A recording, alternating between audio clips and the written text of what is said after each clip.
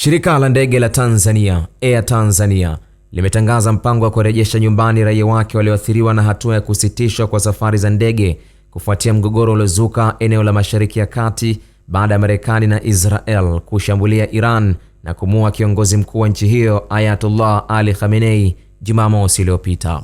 Katika taarifa iliyotolewa leo Ijumaa Machi 6, Air Tanzania imesema ndege hiyo maalum itasafiri kutoka Dar es Salaam kuelekea Dubai na kurejea Dar es Salaam siku ya Jumapili.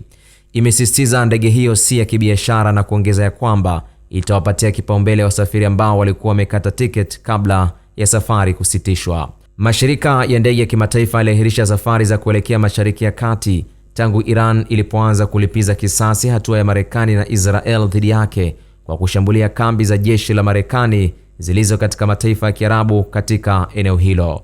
Ndege zinazoingia na kutoka katika viwanja vya ndege vya Tel Aviv, Dubai, Doha na vituo vingine vya kimataifa katika eneo hilo zimesitishwa. Khalid Omar, Kishki TV.